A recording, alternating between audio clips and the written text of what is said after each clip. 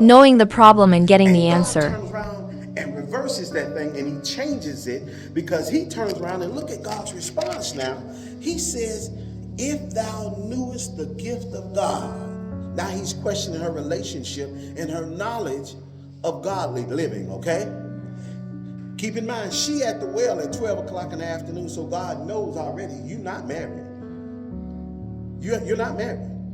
And you avoiding hanging out with the other women. So why are you coming here by yourself for something? Why are you creeping in the middle of the day when it's the hottest time of the day? Why are you out here when most people are trying to dodge the sun? Are you with me, family? To God be the glory. I appreciate you, Kaya and Nanija. Jesus answered and said unto her, if thou knewest the gift of God, and who it is that thou sayest to thee, give me to drink, and thou wouldest have asked him, and he would have given you living water. So she's sitting there saying, if you can bless me, how you gonna bless me when the reason that I'm here goes past what you looking at? I gotta back that up. I got to prove that. Look at 11. It says, the woman said unto him, sir, thou hast nothing to draw with. I don't see no tools in your hand. It says, and the well is deep. My issue why I'm here at 12 o'clock in the afternoon is beyond me. I'm gonna prove this. It says, from whence then hast thou this living water? What can you give me that's gonna change my situation and circumstances? Okay, watch this. Art thou greater than our father Jacob? Now let's do something with Jacob. Now you can hold your hand there. Let's find out, what does God and Jacob and a blessing got to do with anything? A lot of times we sing that song, I'm gonna hold on to you till you bless me. And we act like that's a good thing. Now I won't ask you to turn there, but those of my Bible readers can remember when the Bible tells us that Jacob wrestled with the angel all night long, and the angel prevailed not. And the angel says, let me go. It's the break of day. I got to go. And then he said, I'm not going to let you go till you bless me.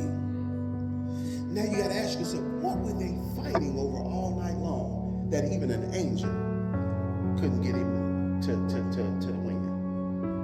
What were they fighting about? Nobody ever asked about what were they fighting about. The way you find out what they were fighting about is to ask yourself, what's the very next thing that the angel asked him? He said, I have to leave.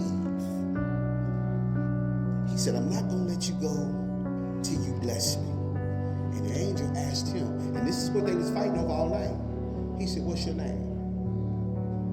What's your name? He said, Jacob. Because the name Jacob means liar, trickster, supplanter. Tell me your name. You mean to tell me that this angel all night long wrestled with Jacob about his name? How do you wrestle with somebody about their name?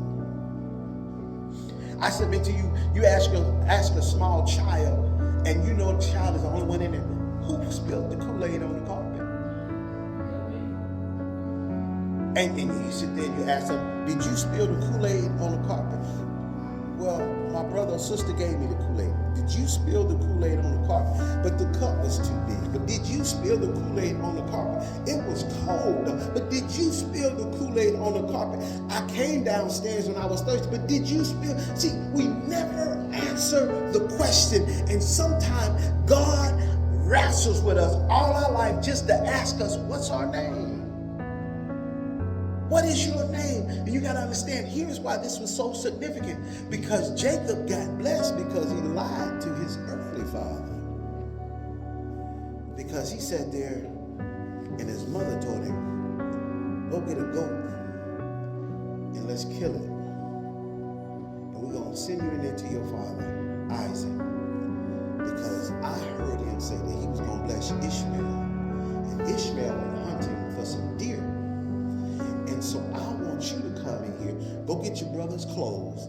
I need you to put this goat skin on you. So now this goat is not about to be a worthy sacrifice. We're about to murder this goat. We're going to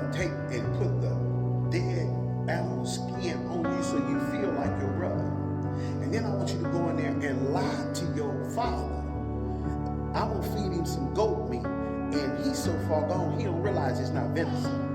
And you got a wife who is teaching her son how to lie to the father to get blessed. And that sounds terrible, don't it? But how many of us teach our children to lie and expect them to get blessed? We can't raise our children to tell them a lie. We can't teach them a lie. This is how we do it, by hook or crook, and this is how I did it. And it might sound far-fetched, but when that child asks, Mama, why do you dress like that? Because you got to go dance on a pole to pay the bill and God won't take. No. This is what we do. This is how we live. When we sit there and ask a young man, Father, why are you leaving? Why are you going back to the penitentiary? And the father tells me, this is what we do. This is how we pay bills. We risk our life. We take everything we got, we put it on the line. That is not God's way. So we got somebody sitting here who's raising children, who's teaching things wrong, and his mother paid a price because once her son left, it never read in the Bible when she got to see him again.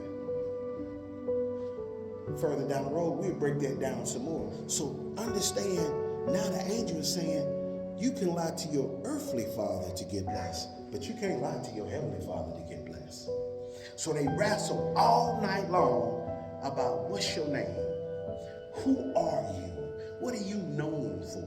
What's your reputation? How do you spell relief? Where do you go when everything go wrong? Who you talk to when you ain't supposed to be talking? What's up with you? Can you tell me who you are? Remember, because it says that he's looking for those who worship him in spirit and in truth. So Jesus in this conversation is ushering her into the place where she needs to be. Now, it might seem like I got off task until we go back and read this again and we realize they're talking about water, but they're not talking about water. Let's see if we see it. Verse 10, Jesus answered and said unto her, if thou knewest the gift of God and who it is that saith to thee, give me to drink, and thou wouldest have asked of him, and he would have given thee living water. The woman saith unto him, Sir, thou hast nothing to draw with, and the well is deep. From whence hast thou this living water? Art thou greater than our father Jacob, which gave us the well, and drank thereof himself, and his children, and his cattle? Wait a minute, let me get this right. Now, the life I'm living of lying and cheating, you don't tell me you can change that, because Jacob used the same lies and the same tricks to come up and make his bad. Now, you telling me I'm wrong for trying to do mine? How do you tell a young man who's on the street corner who his great-grandfather made moonshine, his grandfather had the bootleg joint, and his father ran his own gang? Now you're going to tell me I'm wrong for being in the streets? I'm fourth-generation criminal. And you're going to tell me I'm wrong? And the woman is sitting here saying, I'm at the well, and I'm doing what I do and what my family do to survive. And how you gonna tell me you can change who taught my family the game in the first place? They talking about water, but they ain't talking about water. It's gonna open up in a second. Watch how Jesus responds to this. Verse 13, Jesus answered and said unto her, whosoever drinketh of this water shall thirst again. Hold on. Whosoever drinketh of this water gonna thirst again. If you tell one lie to get blessed, you got to tell another lie. If you keep running the same game, it's never gonna last.